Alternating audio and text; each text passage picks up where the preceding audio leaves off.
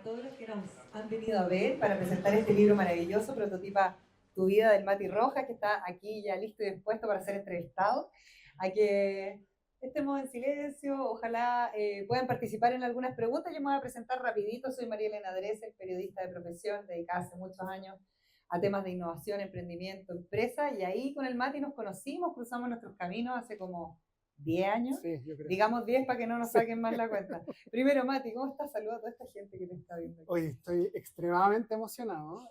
Familia, amigos, no, se pasó. Como muy contento, me siento como el novio de esta situación y muy agradecido por acompañarme en este espacio que es un hito también súper lindo para mí. Oye, yo tengo la suerte y el honor de acompañarte en este lanzamiento, que esto vendría siendo como otro hijo, ¿no? Porque cuando Sí. uno tiene su propio emprendimiento, su pyme, su empresa, no, los niños me miran con cara de ¿cómo otro hijo?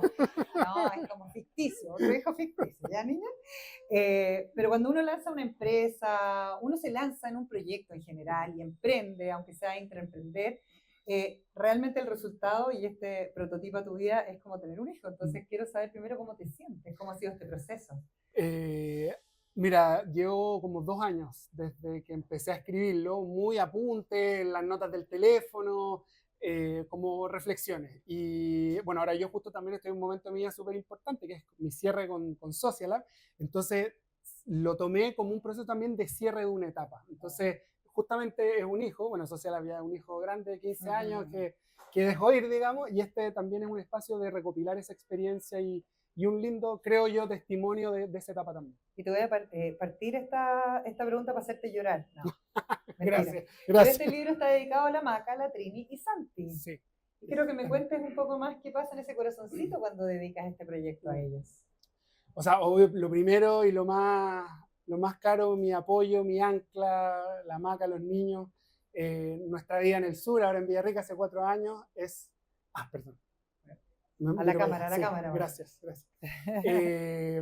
Son mi ancla, mi propósito finalmente, y eso por un lado. Y por otro lado, justamente la cita de Humberto Maturana, que habla de que la innovación surge cuando tú defines lo que quieres conservar y todo el resto cambia, hay que innovar para conservar eso que quieres conservar, que en este caso, y ahí lo digo, a la Maca, la Trini y Santi.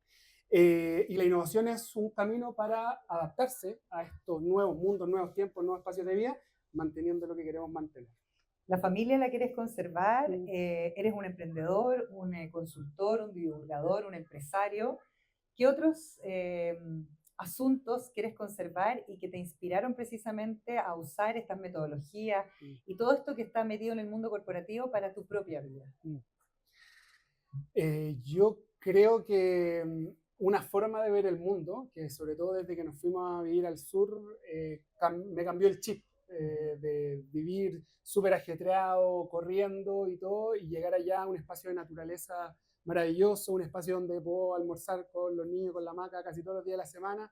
En el fondo es conservar una forma de vida, nada, es para siempre, en el fondo todo irá cambiando y modificándose, pero hoy ese espacio es el que quiero conservar también. Partamos hablando un poquito del prototipo a tu vida. Yo ya lo pude leer, es súper interesante porque yo le decía al Mati, a diferencia de los otros manuales que de repente uno ve, que es como súper aburrido, hay que decirlo. Prototipo a tu vida tiene la gracia de que vas comentando algunos hechos históricos, algunos autores como Humberto Maturana, por ejemplo, método para poder encontrar quizás algunas herramientas que no tenemos tan claras en nuestro día a día. ¿Cómo hiciste esta mezcla? ¿Cómo te fuiste inspirando? Cuéntame un poquito el proceso. Sí, ahí, bueno, también hay varios representantes de empresas acá con los que he trabajado y desde el mundo corporativo es súper metodológico. O sea, es un proceso para innovar, tienes que partir acá, avanzar acá y así sucesivamente con ciertos resultados en cada hito intermedio. Pero como emprendedor, los emprendedores acá lo sabrán, es demasiado difícil separar la vida profesional de la vida personal. Entonces al final se te empiezan a mezclar las cosas y no solo desde contestar el mail el domingo al almuerzo, sino que empezás a ver que se puede tomar ciertas herramientas, en este caso la innovación parte con la detección de un problema, y ¿qué pasa si la misma herramienta que yo ocupé para desarrollar una nueva línea de negocio en una empresa o para resolver un problema particular de CO2 o de huella de carbono o de huella hídrica, lo empiezo a ocupar para problemas que yo puedo tener en el día a día, como por ejemplo salir corriendo todas las mañanas al colegio porque y andar apurado, etcétera, etcétera. Y empecé a hacer ese cruce, y bueno, el libro está lleno como de estos métodos, pero aplicados desde el árbol de problemas, los 5 por qué, la metodología del design thinking, y en esa prueba empecé a ver que servía, que podía funcionar y que hacía todo el sentido del mundo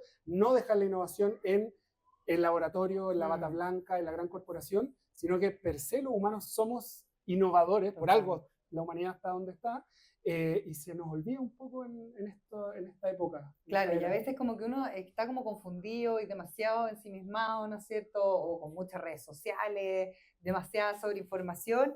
Y acá hay unos ejercicios bien interesantes, tú nombraste recién algunos. Por ejemplo, el tema de los 5 por qué, que me parece que es súper como decidor de lo que vamos a encontrar en el libro. Expliquemos un poquito cómo va desarrollado eso para que la gente se haga una idea, quienes no han leído el libro, y por supuesto, corran a comprarse todos los libros que hay acá. Sí, pueden ir a comprarlo, vamos a estar firmando después ahí al terminar la entrevista. A ver, los 5 por qué, como su nombre muy bien lo explica, es una herramienta demasiado básica, demasiado fácil, pero demasiado poderosa. Entonces, yo ahí pongo un ejemplo, voy a copiar el mismo ejemplo del libro y los invito a todos a que si quieren hacerlo, les va a servir muchísimo. Claro, vayan haciendo como el ejercicio mental de lo que nos va a ir contando Mati. Claro, entonces, si ahí tienen para anotar o en el teléfono quieren hacerlo, pero por ejemplo, en la página 137 del libro está el ejemplo de quedarte en pana por batería. Entonces, yo voy en la mañana, prendo el auto, trato de prenderlo, el auto no prende. Se acabó la batería. ¿Qué problema, qué lata, qué hago, la pega, el colegio, etcétera, etcétera? Y es un problema que creo que a muchos nos ha pasado por acá, y tú dices, ya, la primera solución es listo, busco una grúa, llamo un Uber, lo que sea, para poder resolver este problema. Y después, cuando uno empieza a entender el por qué, y ahí viene el primer por qué, entonces la herramienta dice, pregúntate por qué 5 veces. ¿Por qué me quedé en pana? Bueno, porque se me quedaron las luces prendidas. ¿Ya? Y eso es obvio que no le ha pasado, se quedan las luces prendidas. ¿Y qué pasa si me hago esa pregunta de nuevo? ¿Y por qué se me quedaron las luces prendidas? Bueno, porque salí apurado, porque el auto no tiene el ruidito, ese pito que sale automático. Y así sucesivamente. El objetivo es ir entendiendo el por qué pasan las cosas, que es muy inspirado en los niños. O sea, la innovación, finalmente, los niños nacen innovadores y en el camino algo va pasando que se pierde, pero esa curiosidad permanente de entender en profundidad el ejercicio nos abre nuevas posibilidades, porque ya no solo tengo la posibilidad de llamar a una grúa o un Uber, sino que digo, oye, ¿qué pasa si desarrollo un mecanismo para que no se me queden las luces prendidas? Entonces, mi ámbito de problema crece, porque lo entiendo mejor, pero mi posibilidad de soluciones también crece. Entonces, eso que se aplica tanto para crear nuevas líneas de negocio en grandes corporaciones, o entender problemas resignados, que se llaman en la parte corporativa, también sirve para problemas como ese. Muchas veces ni siquiera nos preocupamos de preguntarnos el por qué nos pasan las cosas. Y en esa misma lógica, tú tienes acá un apartado dentro del, voy a decir la página 90, donde hablas acerca del contexto, porque claro, alguien podría decir, oye, pero yo no tengo tiempo para estar haciéndome esas 5 preguntas constantemente, los 5 por qué. O, no sé, quizás me salto una etapa y podría conseguir el mismo objetivo, que es algo que es como bien de la era actual, donde la inmediatez es algo que gobierna nuestra vida. ¿Tú te refieres a estos temas como para explicarnos también qué pasa en el proceso? Me gustaría entender mejor cómo abordas eso de los procesos, que muchas veces no nos damos el tiempo ni siquiera para el proceso. Hoy día justo estaba en una reunión con ABB, que ahí está Luis y Angélica, y Martín, que es el gerente general, da una analogía, decía, como un meme, entonces está el señor con la carretilla con las ruedas cuadradas, y estaba al lado el otro ofreciéndole las ruedas redondas, digamos, y el de la carretilla cuadrada le decía, no tengo tiempo para instalar esta rueda. Yo lo veo de esa manera, en el fondo, si nos damos un poquito el tiempo, si somos conscientes de que con ciertas herramientas podemos cambiar nuestras vidas, nos vamos a obligar a dar el espacio en ese sentido. Entonces, primero, el ejercicio consciente es decir, oye, si hay otra herramienta, voy a intentar ocuparla, voy a probarla. Y lo otro, que tiene que ver con los tiempos actuales. Yo ahí también planteo que hay ciertas anestesias de la innovación. Nosotros somos seres innovadores per se, los niños nacen innovadores, pero la inmediatez de la cultura actual, el querer todo al tiro, el querer una respuesta rápida, el no hacer esfuerzos por alcanzar ciertas metas, también nos quita, nos atrofia ese músculo innovador.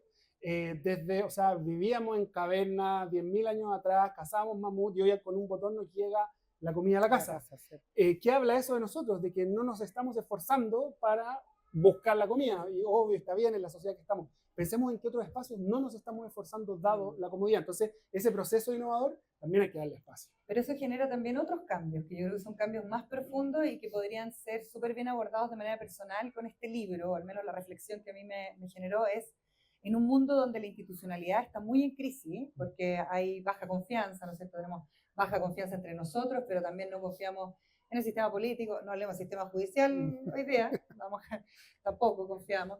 La religión ha perdido espacio, quizás hay también como algunas esferas donde las personas solo confían entre aquellos que son muy parecidos a ellos y no en la diferencia. Y ahí me parece que empiezan a haber preguntas que son más profundas y que tienen que ver con nuestra propia existencia.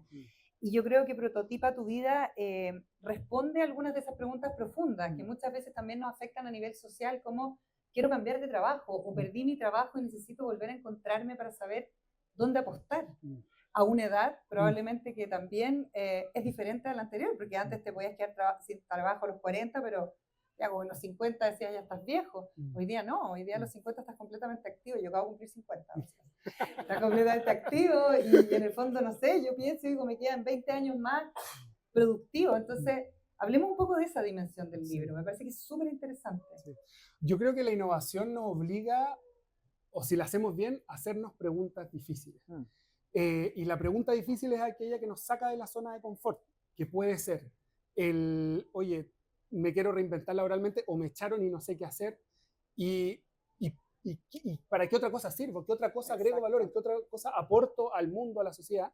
Y es una pregunta difícil porque uno está acostumbrado a la inercia, como obvio hago Excel, obvio armo presupuesto, obvio armo presentaciones, está bien, pero ¿qué más? ¿En qué otro espacio yo también puedo agregar valor? Y esas preguntas difíciles no son solo desde el mundo laboral y lo más personal, sino que también, como tú mencionaste un poco la política, ¿será la democracia el mejor mecanismo? No con ánimo de polemizar, digamos, pero ¿puede haber otro camino? O siendo más polémica aún, ¿será que el matrimonio es para toda la vida? Yo ya me respondí, así que estamos okay. Pero para los demás, están mirando o sea, con una expectativa de vida de 90 años, donde antes, nada, se acababa la vida a los 40 era otra estructura que seguimos usando. Era otro para toda la vida. Entonces, yo creo que la innovación tiene que ver con ponernos incómodos y hacernos preguntas difíciles. Y solo nosotros vamos a tener la respuesta y capaz que no la tengamos y la vamos a tener que seguir co-creando. Yo creo que ese tema, el de hacernos buenas preguntas difíciles e incómodas, es un buen gatillante para poder reinventarse laboralmente, personalmente o las dimensiones que quieran. Y hay otra cosa que también abordas acá en el libro que tiene que ver con que somos constantemente un prototipo, o sea, estamos todo el tiempo iterando